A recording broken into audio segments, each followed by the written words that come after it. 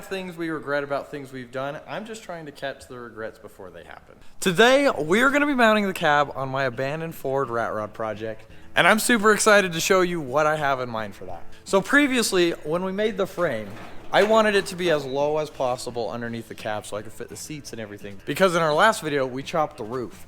So in this section of the frame, it is only 2 inches tall. And frankly, that's not enough. I would never recommend you make your frame for your RatRod 2 inches tall. But in doing that with the frame, I had something else in mind to make it way stronger than if it was even just a regular frame. We are gonna be putting a full roll cage in my RatRod, not necessarily for safety, just because I want the frame and the cab and everything to be as stiff as possible, and that makes sense. So basically, we're gonna be using the cab to hide the structure and strength. Once this bad boy's running, safety might not be a bad idea, so. No airbags, we die like real men. So what is my grand scheme and plan for tying the body to the frame, but making it strong enough to handle 500 plus horsepower? I know 500 doesn't sound like a lot, but that's what we're shooting for to start with. Zach, pull up the drawings. So I gotta let you know, for as long as I've known Zach, he hasn't really shown an artistic bone in his body. Up until yesterday, we were discussing what the solution should look like, and he whipped these bad boys out. I'd say they're not great, but that's not bad. Rudy hates my headache rack. I like it, but you know, it's to be determined. Okay, so based on those drawings, I think you can tell we want to give it a full cage. Primary purpose isn't necessarily safety for a roll cage, but it's to tie into the cab, and then we can tie the cage into the frame, making everything stronger. And yeah, it's gonna be kind of like a unibody. Bolt together unibody. Kind of the unibody, except it's frame. Uniframe. Zach wants to do like a full X brace in the back, and I'm leaning more towards minimalistic. Like, I want them to be there, but I don't want them to be a statement. You know what I'm saying? That's fair. There's already so much going on with this truck. I don't want the cage to distract from the beautiful chop we did that some people commented on the last video and had some pretty strong opinions about it for some reason. I don't get it, but yeah. Anyway. I think we did pretty dang good work for a first time. So the first step that I want to do is put this thing on ground zero. So that means laying the frame out, getting the cab on the ground, and then that should zero everything out so we know where we're going to be mounting the cab to the frame.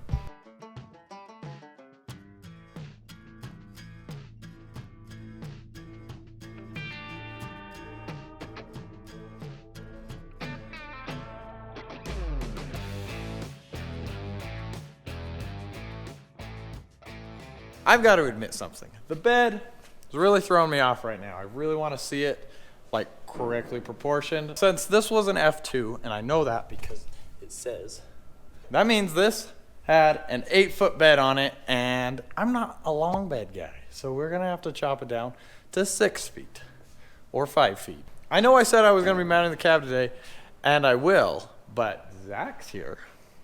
And Zach would love to cut this bed apart because it's bothering him too. So a couple things to make note of is, yes, we've sectioned the cab, so we need to section the bed, but not as much as you would think. I'm trying to get the edge of this bed to line up with this edge here on the truck. And I know from the factory it didn't line up at all. So that's going to be an improvement. Then we're going to take 2 feet out of the center because most of that's going to be cut out for the axle anyway. So I don't think it'll be that big of a deal to just get it out of the way right now. That's where I come in.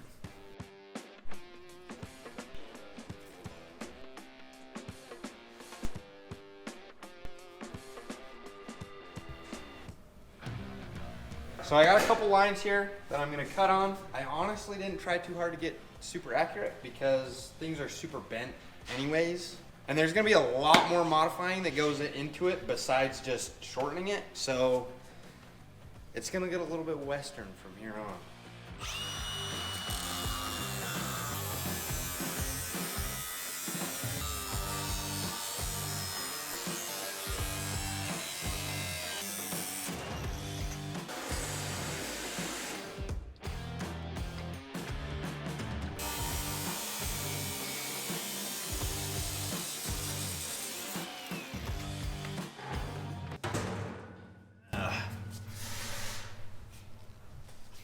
Good grief.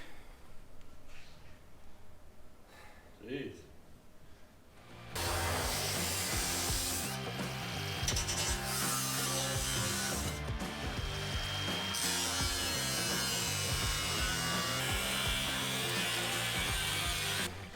It's a really good thing that a lot of that's getting cut out. Because you thought that one was bad, that one's not really. Am I gonna even have a 6-foot bed by the time we're done? I'm not afraid to plate it, you know? Yeah. Like it doesn't have to be this. Like this. This only was that good because it's always in your face. Yeah. And that's why I'm letting you do it. Yeah, no, these cuts are disgusting.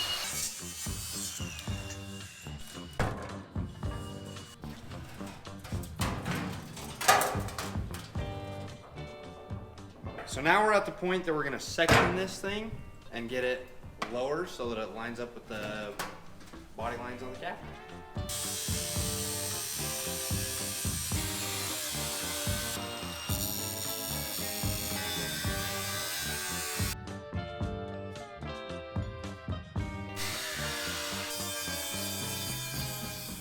Boy, starting to get that time of year when it's getting cold outside. You know, the kind of cold that when you get in the shop and pick up a tool, it feels like you're picking up ice cubes. When it gets cold like that, you know it's time to whip out your Brunt Workwear. That's exactly what I did, and that's exactly what Zach's doing. Brunt's got all kinds of workwears. Jackets, flannels, boots. It's made for this kind of weather. It's made to work. Another thing the cold brings is the holiday season, and if you're looking for a gift, this is a pretty good option. It's Zach's birthday even. Happy birthday. Well, thank you. What I love about Brunt's stuff is it's not only comfortable, it's super durable. Plus, their winter wear is tough, but not bulky. The boots are still my go-to. Warm, dry, comfortable as ever. So, if the temps are dropping where you're at, and you're still outside working, go to Brunt Workwear. Grab some gear that will actually keep up. So the link's below. You can get $10 off your first order. Let's get back to work.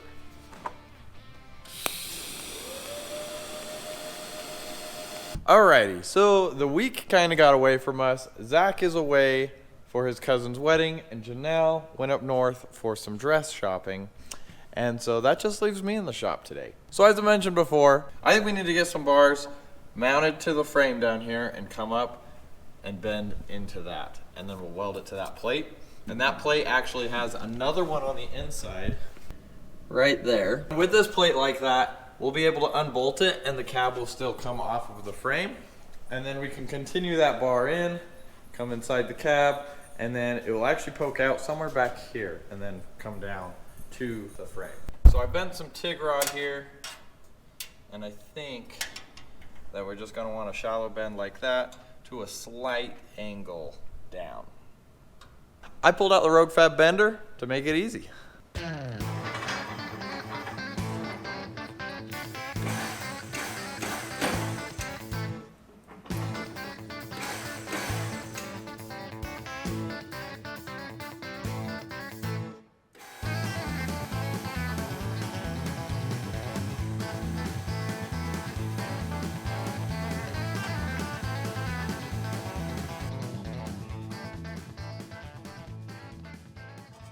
Kind of got that in a spot that I like. So now we just need to match that piece with the other side, get him tacked in, and start on the inside.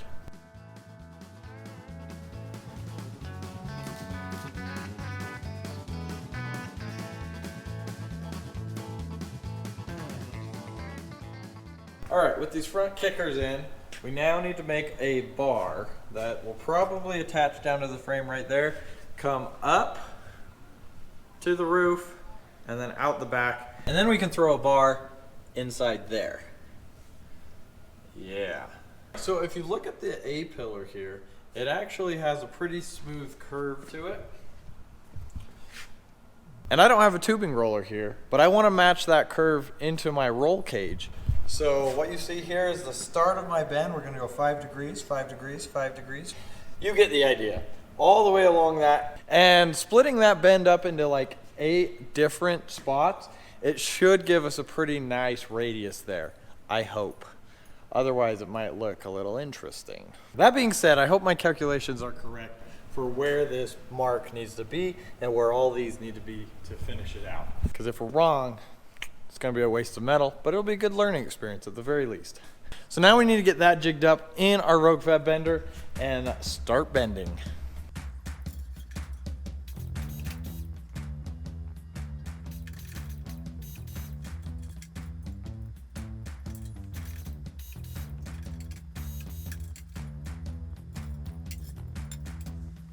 All right, so we got the two roll cage hoops bent up. I'm actually really happy with them, but I've been trying to think of how I'm actually gonna attach them in the truck. And while I think about it, I think we're just gonna go to lunch because it's lunchtime here. All right, a little weird thing about me. I love sushi. And there's a new sushi place in town that I haven't been to yet.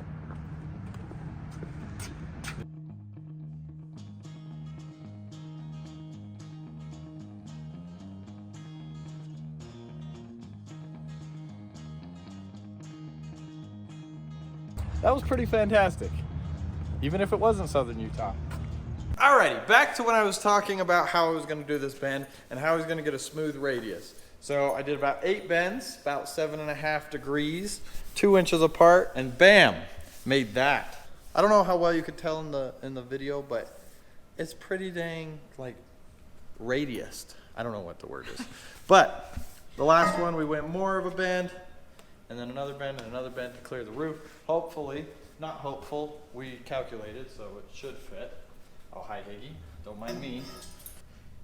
Interesting. Interesting.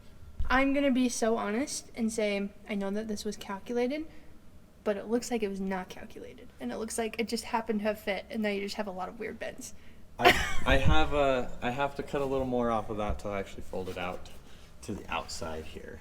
You said it looks like I got lucky? Yeah. Like, why not have continued that one to be more smooth?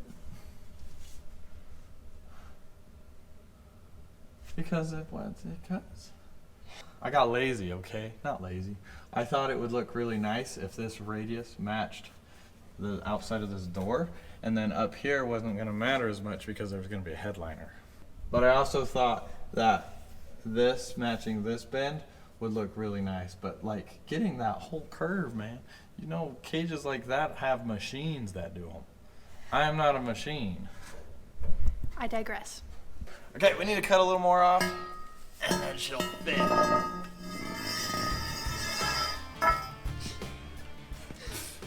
Doesn't look intentional.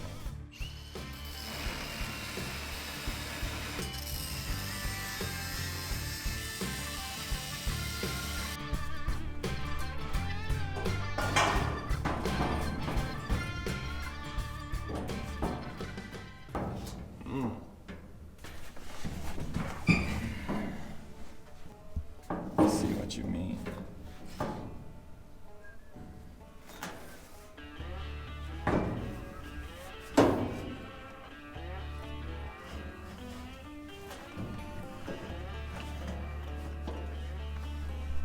All right, after sitting here and actually looking at the roll bar in here, I'm not happy with it, and that means we're gonna have to go bend another one. But I'm not happy in it in the sense that I don't like it here at all. I don't think this thing needs a roll cage, and this was technically supposed to just be a frame support anyway to keep the frame from flexing, but it's just not. I feel like there's a better way still to do this, so I'm gonna throw these out the window, literally. My next iteration that I'm thinking of is a dash bar mounted to those plates that we put in earlier, and then some kind of center spur that comes over the transmission, but also acts as the transmission tunnel. I want panels that I can pull off of it so that I can still service the transmission and whatnot. But I think that'll go a lot better, and we won't have any bars protruding out the back, and we can keep as much headroom as possible in here, and that's just what I think. So I've been thinking about it a lot this week, trying to figure out how to make this better, you know? Something that I'm happy with. Sure, the roll hoop may have worked, but I wasn't feeling it. I wasn't very happy about it. That being said, it does clean up this roof section, which I'm happy about. There's no bars here. At the very least, Zach did get this bed chopped up. We got it sitting here. So we're gonna have to cut a lot of this out anyway for the drive shaft. So if we're cutting that out anyway, it might as well come through that hole with that center spur and tie back down into the frame back here. And that way, from the side profile, it's all out of view, other than these bars, which I think are a stylistic choice anyway. But I spent so much time going back and forth this week trying to decide if that's what I actually want to do. But at the end of the day, we're all gonna have things we regret about things we've done. I'm just trying to catch the regrets before they happen. So next time, we're gonna get that center spur in, we're probably gonna get the back axle in and all that stuff trimmed up. And then we're that much closer to getting it starting and ripping the dunes. Wait, did I say that out loud? Are we gonna be going to the sand dunes? Thanks for watching. We'll see you next time. I just want to add that I feel like I didn't get a lot done this week, and sometimes that happens on a project, and I really wish I could have gotten done more, but that's how life goes. I appreciate you following along with this build, but keep in mind, this is real life.